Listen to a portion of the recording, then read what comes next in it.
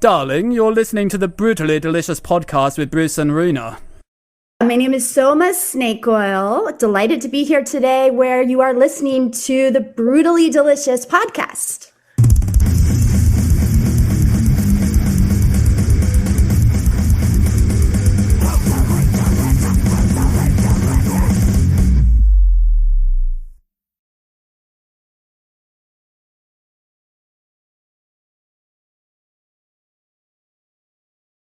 It was actually Emily and Warren Fitzgerald from the Vandals, and they came up with this great idea to do a book together with, the different artists from punk rock and paintbrushes. And what's really great about the book is that it's this idea of outsiders art or outsider artists, which I think is really important to talk about, within fringe communities. And, I know this is a heavy metal show, but for us, it's punk rock. And, I think that's what really kind of brings us together as a community, is this idea of outsider art. Right. So we all talked about, I haven't had the honor of reading everyone's stuff yet, but I've seen like little snippets of what's going on. And, we kind of really dug in deep to our history. Some of us told some really, scandalous stories or, stories that you might not have heard before in interviews about like what it was like when we were kids. And, I know that some people talked about like being bullied or like feeling like outsiders in their own communities and how that progressed into their art. I definitely told some stories that I have never talked about before in the narrative aspects. And then there's photographs, of our art. So. Yeah. And Go ahead. There's a really nice quote, just like, a pickup there that says that there's two things that scare you. One is art and one is sex. So you want to take both of them to the extreme, to the edge. And that is a very cool way to think about stuff. And so does that like depict you as a person perfectly? That quote, is that who you are? Just someone who really enjoys the extremes of things? Yeah, I think so. And, I mean, you think about, some of these energies like in sexuality, that's what can really turn us on, is if we are willing to really face some of the shadows, some of the darker sides of things, or, really, really get intimate with ourselves and with others. I don't want a boring life. I want an authentic life, I think that's what kind of turns us on about, whether it's music or art or, for me, it's BDSM, I'm a dominatrix, and, that's, if it was, sort of, vanilla sex, I could have the beige life, but I don't want that. Right. I want something a little bit different. And sometimes that's scary, and sometimes that's vulnerable, and sometimes I have to be willing to cry, and that's okay, Yeah, that's really interesting, and I like that. And so a dominatrix, is that something that also then seeps into your art? Yeah, so my art, I feel like I'm onto something with my art if it actually disturbs me, bothers me, I'm afraid to show it to the world, then I feel like I probably should show it. If it embarrasses me a little bit, then I feel like, oh, okay, I probably, hopefully this will, connect with someone else. Right. And I feel like there's something about like, oh, okay, if I feel something here, someone else might feel something here, because it's something about breaking open shame. There's so much shame in our culture. There's so much stigma in our culture.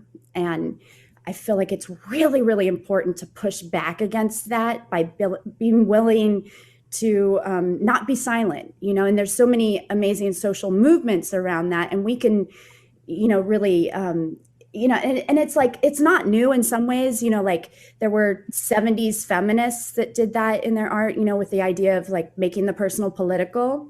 And there's some element to that in how I approach my art. And it's sort of almost like, I like to think of it as a journal entry, like if it was as private as a journal entry, then I'm going to plaster it all over the walls. I like to think of it also as like spreading my legs open. Yeah. And then that would make a good piece of art, hopefully. Yeah, I like that. I like that comparison. It's really cool. And I had something, but I lost my trail of thought. I'm sorry. We do a lot of these, and I'm in Finland. So for me, it's close to bedtime. Like, I can jump in real quick then. So it'll come back to me. It was a smart thought.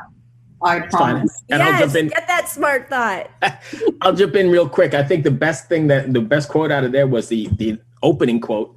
I'm going to read it. The mess is where we find freedom. I never made it to art school.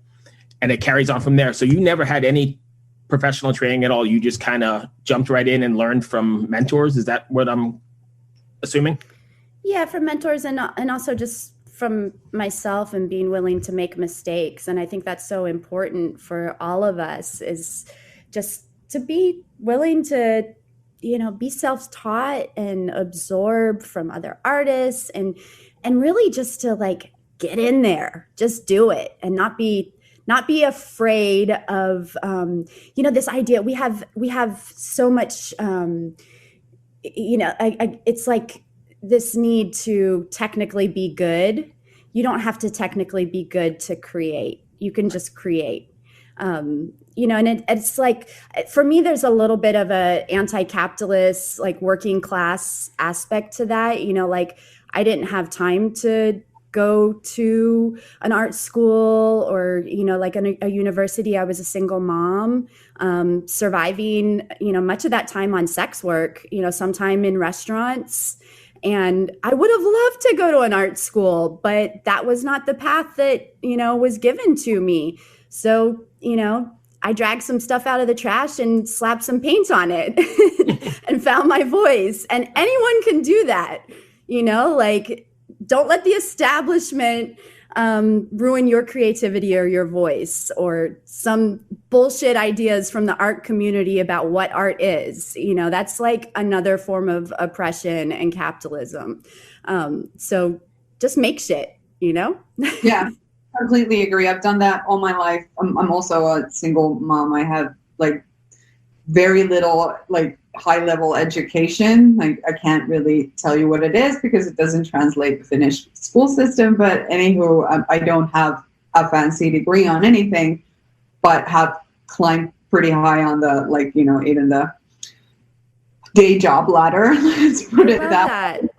But I have my smart thought now. Listen, it's extremely smart. Yes, get it. You mentioned shame. And I think it's really interesting because shame is a needed social construct for our society to work, for people to be able to function as groups. Shame is something that directs our behavior into a direction where we are not going to be abandoned or somehow ostracized and thus die because we need the other people to survive. But there is the other aspect of it, which is the one that hinges, which is the one that paralyzes and really stops you from doing those things that you were just describing.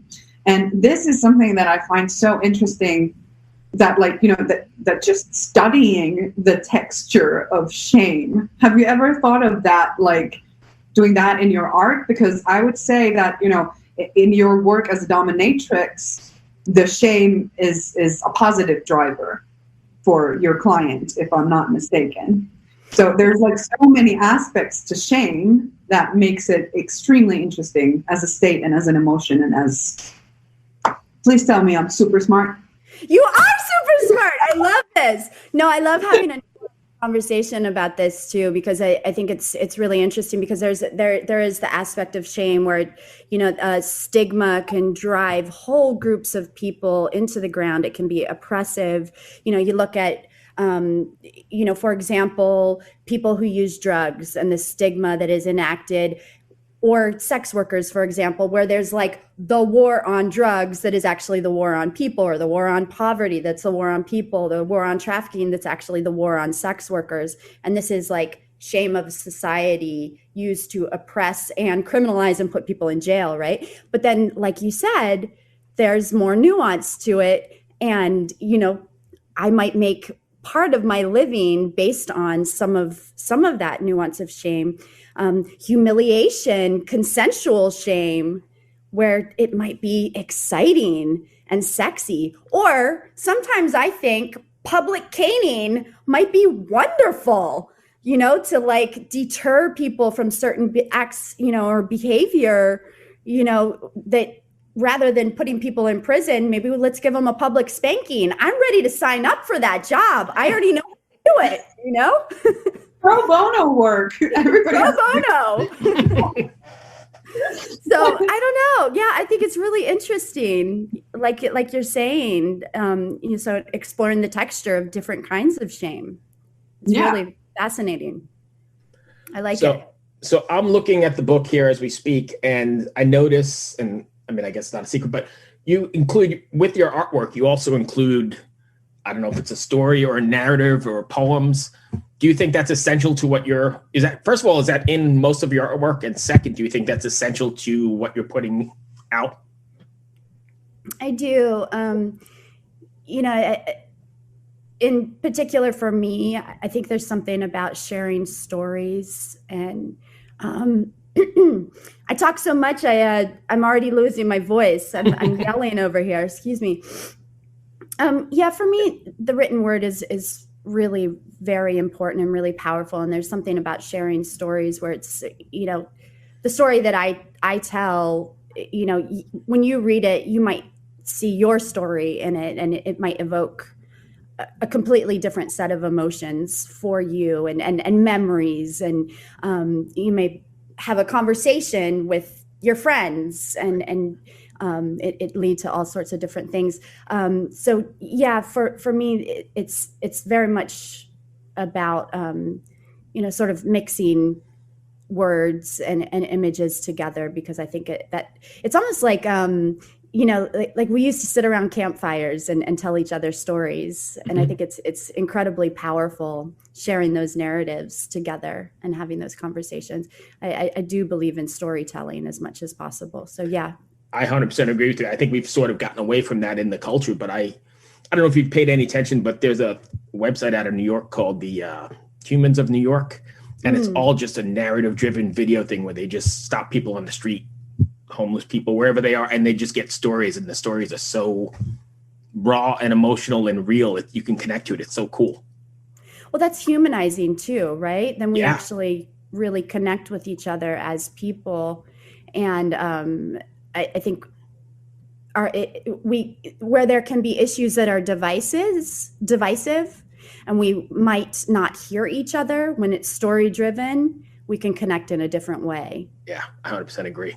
Mm-hmm. Completely. And this is something, well, I love that, you know, obviously in the art circle, people know that stories are important and that people can connect to them. And, you know, I'm a musician, so my way of telling these stories is through the lyrics and through song and so on. But like, you know, this has now been adopted already, the story thinking, to the corporate world, like, you know, to the brand building, which is what I do as a day job, is like, it's all about the stories. So like, it's not only like the human part of it, but, you know, because I see, I should probably be saying this because I am in the corporate world, but it's as kind of like this monster that feeds off of the humanity of people.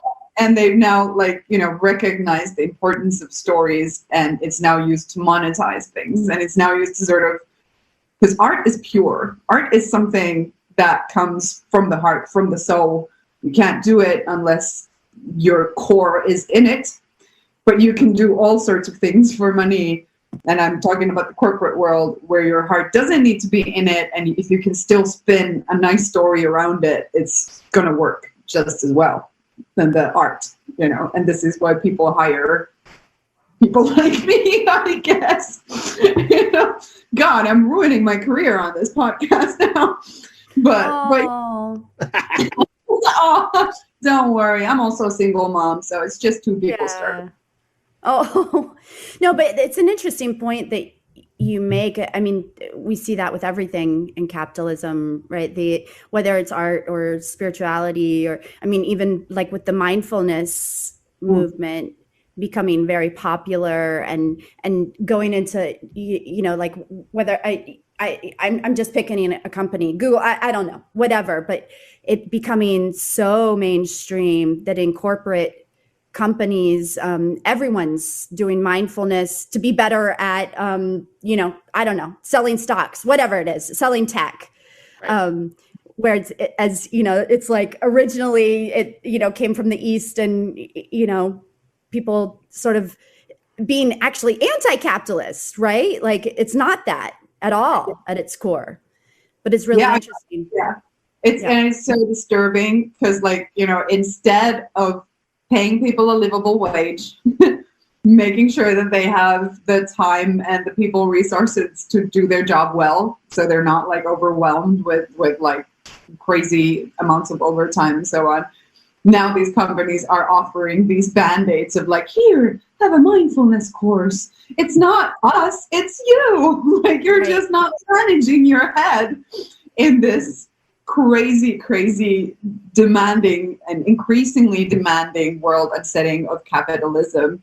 And you were so right before when you said about the war on drugs and the war on human trafficking and so on, that these are actually just mislabeling things. And I find that this is like very much comparable to what I'm talking about now, that it's not employee well-being, it's greenwashing, you know, it's management greenwashing with these same sort of aspects and skills. And I'm losing my English words because I'm Finnish. Sorry. You're doing great. You're doing great.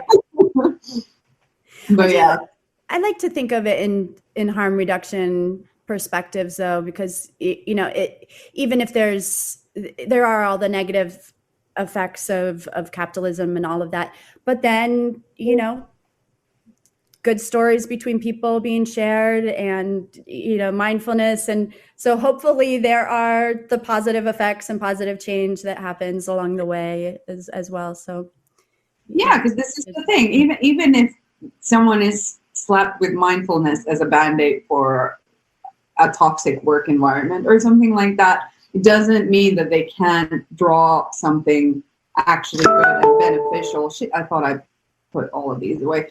But yeah, but it doesn't mean that they couldn't draw something actually beneficial to their lives from that thing, even though like the premise is a little messed up in the beginning, you know. Have you ever found or worked on a piece and found that it was too vulnerable to put out, or too, I probably just messed up that word, vulnerable? Sorry, I like it. Have you ever had that kind of where this is just going to be private, or do you just go all in and throw it all out there? There's one piece that I'm actually looking at across the room right now, and it's a piece that I did on survival sex, and the photograph it's a photograph of me burning myself with a cigarette, and you know, and in the piece I describe having sex with multiple people.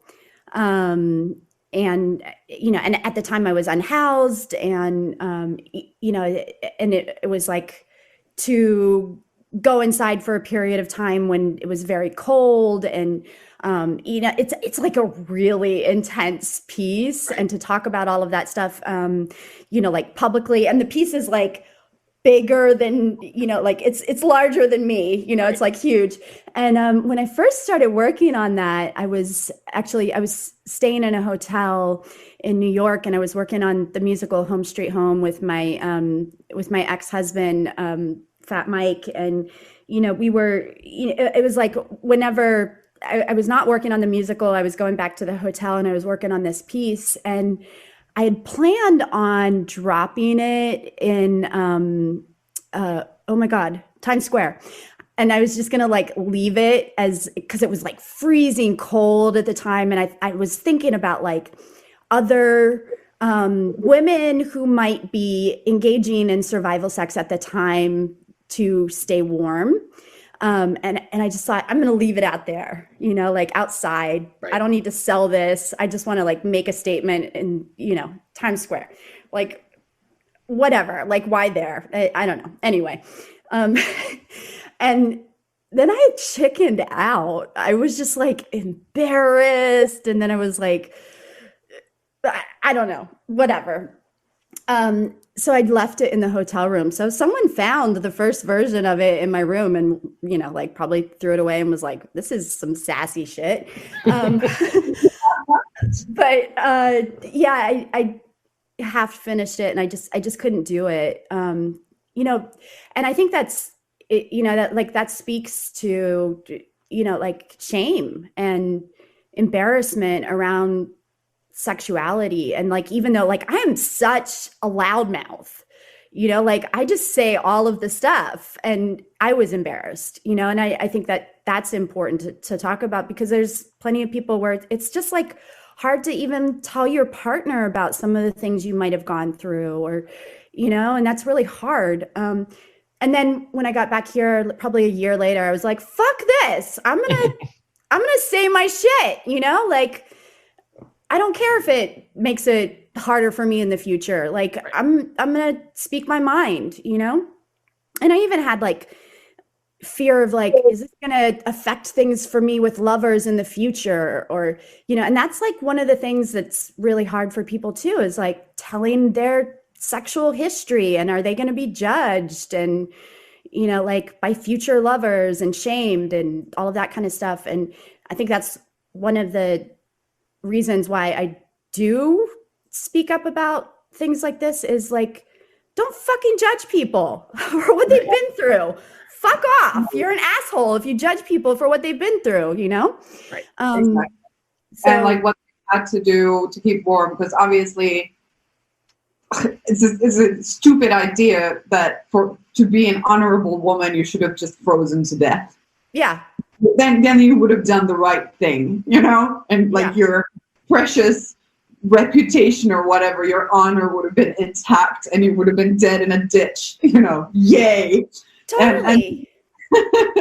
And this is something that is deeply rooted in shame. And I wish we could have done this entire episode on this and just like spin a lot of stories around shame. But yeah, first of all, I'm sorry to hear that you've been in that situation, that you had to like make those choices. I'm not sorry that you made the choices that you had to make, but I'm sorry that you had that difficult time in your life. Yeah. And then, like, I also feel like, there's so much, and, it's been talked about in so many different ways, but there's just so much, that where, like women's sexuality, and we'll talk about this in Women's History Month right now, where women's sexuality is viewed in such a different way, right? And as an empowered sexual woman who is a sex worker, I am happy more and more to own all of the parts of my sexuality as a polyamorous sex worker, BDSM person, kinky as fuck, who has a sexual history. And maybe I've fucked more people than you, like, and I'm happy to say that, it's just like, there's that aspect too, where it's just like men's sexuality might be viewed different than women's sexuality as well. Or, like gender or like whatever binary, fuck the binary too. So yeah, I mean, I can go on about that forever, but. No, you're completely right. And I'm sorry, I know we're running out of time, but I really just like, I love that you're saying all the things that you're saying, because like, I've gone on these crazy rants on this podcast about female sexuality and the shame aspect and everything, while very confused musicians are staring at me digitally. So I just got to say how happy I am. Like today we've talked to Joanna Angel and you. So like, that we great. Really now dived into the subject, and I'm just so happy to get these voices out there because I agree 100% with everything that you said. That's awesome. She's amazing too. Yeah, she was we had a great time talking to her. Anyway, tying this right back into the book, and then we'll finish up real quick. How did you pick the submissions you put in the book? How did I what? Did you do them just for the book, or did you select them from your artwork already? I selected them from my artwork already. The more recent one is a piece called I Am the Other Woman, which is pretty in theme. I'm looking at that right now. With some of the stuff that's going on with our conversation. And I really feel good about that one because, it's this idea of owning this persona of being the other woman, I think is really quite strong. This is a very stigmatized idea in society, being the other woman. And, it's like, what I mean by that is being a sex worker, and sort of really being out and upfront about being a sex worker and not being a threat to a wife or a girlfriend, which I think is really important and different than like, oh, I'm gonna cheat with your boyfriend or your whatever. It's like, no, this is work and therapeutic work, and I don't have any interest in your partner. I'm here to do my work, and I want him to go back to you at the end of the night and be good to you, and not be an asshole. So yeah. I like that piece, and I'm looking at that right now. That's a powerful anyway. Yeah. Anyway, we definitely have to wrap up because that was a great conversation. I wish we had more time. Thank you. Take care, y'all. Be well. Take care. Bye. Bye. Hello out there. Yes, hello out there, everyone. I'm Hal Schwartz. And I'm Flynn McLean.